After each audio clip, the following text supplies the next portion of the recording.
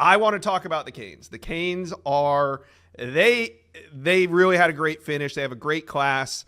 When we look at this list, I want to bring in Chad. Chad, you do a lot of you cover the Canes a lot. You get down in Florida a lot. They also have a presence in Georgia with quarterback Luke Nickel. What did you see from Luke Nickel during his senior season? Well, I basically went out with his last game of his high school career. I basically saw perfection.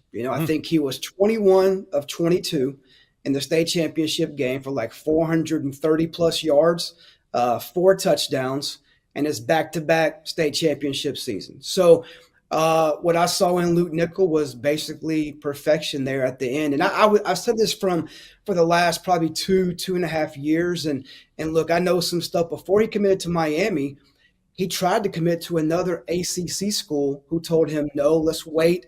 Let's work out in the summer. Let's go. They're probably kicking themselves right about now for what Luke has become, because he wasn't this kid 2 years ago, but he's grown into that starting role. They started off a little bit shaky early in his junior season, went on a great run to beat Walton and upset Walton to win a state championship as a junior.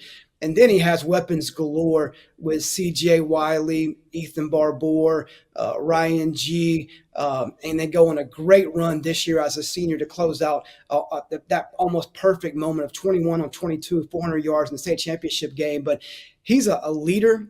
He's about business. He wants to work. He wants to win.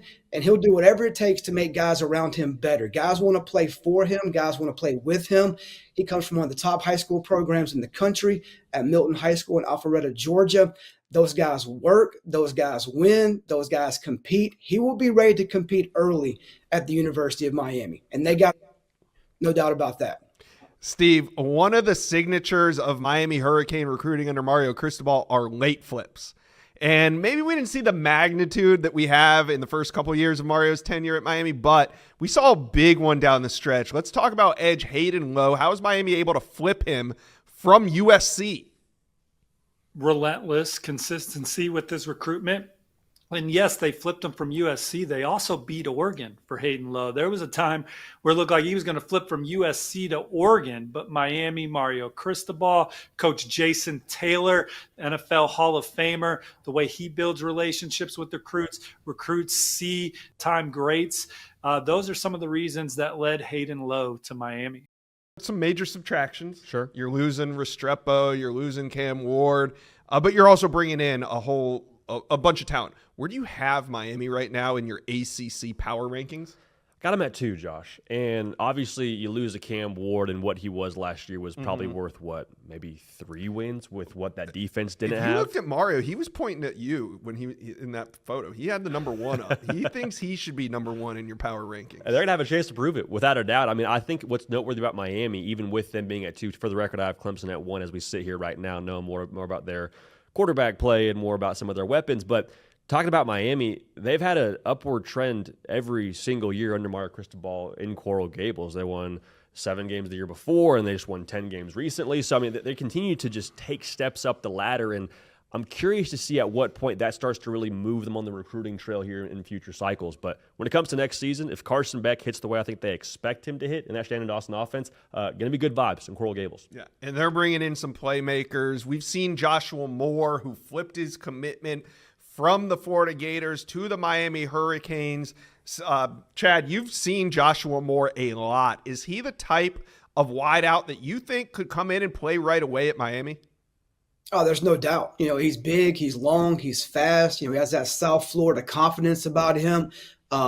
Look, I like the group that they got. Obviously, they flipped a guy like Joshua Moore, back from Florida to Miami. He's a guy that can be an instant, I think, playmaker for the University of Miami.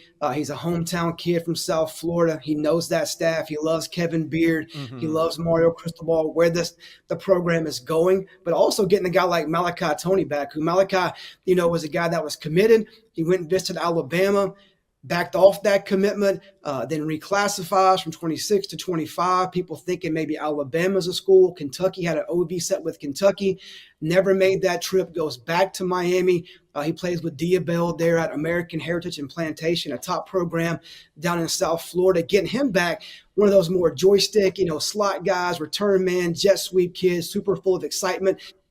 Dalen Upshaw from Alabama, who Auburn recruited and other schools were involved with as well, Florida State, to get him out of Alabama, plays for Central High School under Patrick Nix, Bo Nix's father, a great program, multi-time state champion. So a good overall group with Joshua Moore leading the way. All right, Miami fans, you got to be pleased about this class. Mario Cristobal knocks another one out of the park. Chime in with us. Who do you think are the impact freshmen in this 2025 class? Let us know.